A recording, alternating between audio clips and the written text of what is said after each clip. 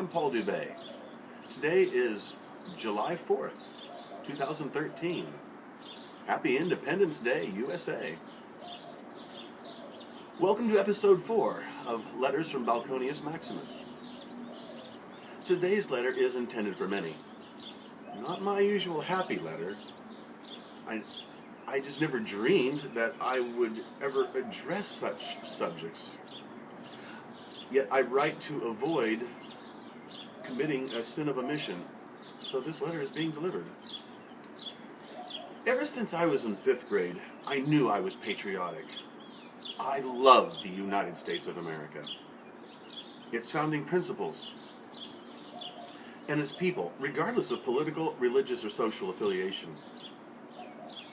I graduated from high school in the bicentennial year of 1976, and I voted in my first election in the same year. Because of the work of the founding fathers and mothers of this country, I became a history major. As part of my history, while writing this letter yesterday, I awoke to find my affirmation waiting for me in an article entitled Top 20 Obama Scandals, The List by J.D. Hayes. While I list a few of them, I have substituted a few of my own concerns. Here are 12. 1. The IRS targeting political and religious entities who disagree with the ever-increasing post-9/11 intrusions that have made no one safer, and they lie about their actions to the Senate. 2. Drones to spy on U.S. citizens and killing people abroad without trial. 3. Fast and Furious.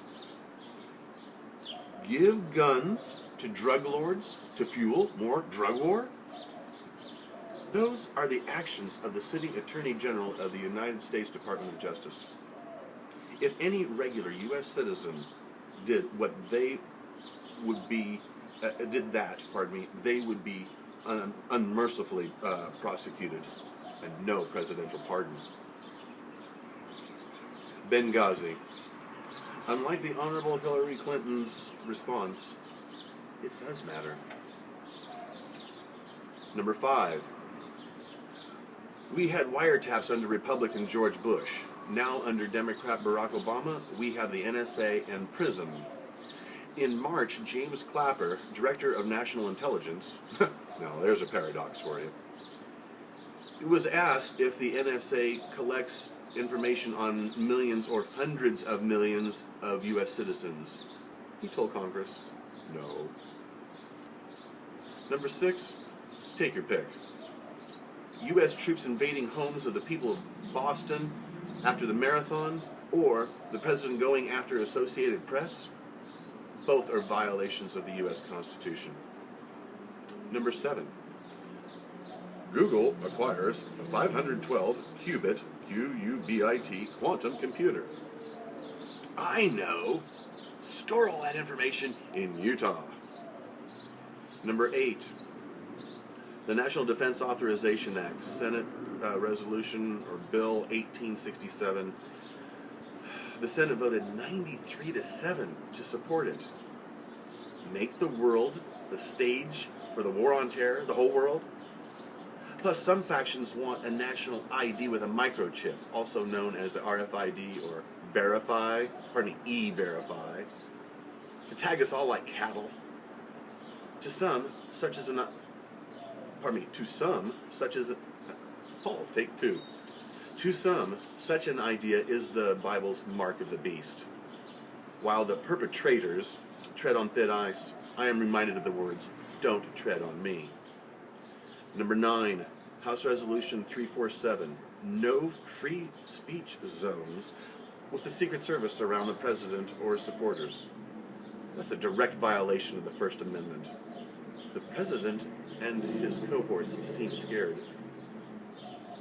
Number 10, on June 12th, I read that the FBI has been involved in child pornography to arrest people for child pornography.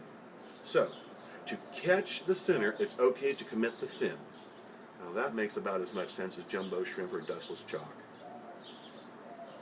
Number 11, another recent article, Russian troops to provide security at U.S. events. Oh, that's going to go over real well. Number 12.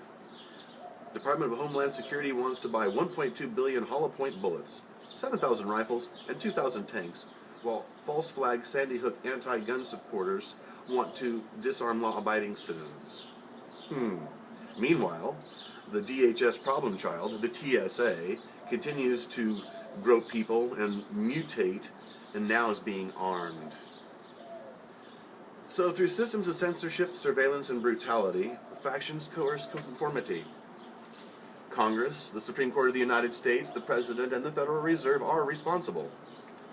To the seemingly unbridled legacy of everything decent being turned on its head, what is their legacy?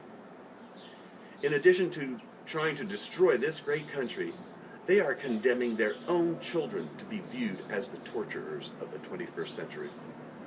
DHS, TSA, IRS, DOJ, NSA, FBI, CIA, DEA, we have an alphabet soup of symbols of malicious or misguided traitors to the U.S. Constitution and human dignity. As television producer Rod Serling once said, the problem with such people and their actions is that they all have the semblance of humanness, but none of the humanity.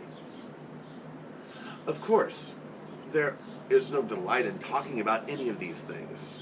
I would rather talk to you about Paul McCartney. Have I told you I like Paul McCartney? Thankfully, we have been given far more blessings than bummers. Former U.S. Congressman and the real U.S. President to many in this country and abroad, Ron Paul, and Senators Rand Paul and Ted Cruz, John Stossel of ABC, Mike Adams, the Health Ranger, Colonel Bob, Alex Jones, the late David Brinkley, and many others are proof that U.S. citizens are not sheeple. By the way, Senator Paul, I loved your filibuster in March. Great. And that class action lawsuit against the NSA, great idea. Every U.S. citizen needs to support you in your efforts to support us and the U.S. Constitution. Now, there are entities who say U.S. citizens who support the U.S. Constitution or Ron Paul are to be considered terrorist suspects. No, the people doing the aforementioned indecencies are the problem, not U.S. citizens or the U.S. Constitution. So, whether you read the holy books of the Torah, the New Testament of Jesus, or the Quran, or follow one of the many other paths of faith or thought, the answer to evil is simple. Pray for them. Be better than them. With respect to all, God bless the United States of America. Happy 4th of July. Thank you for watching.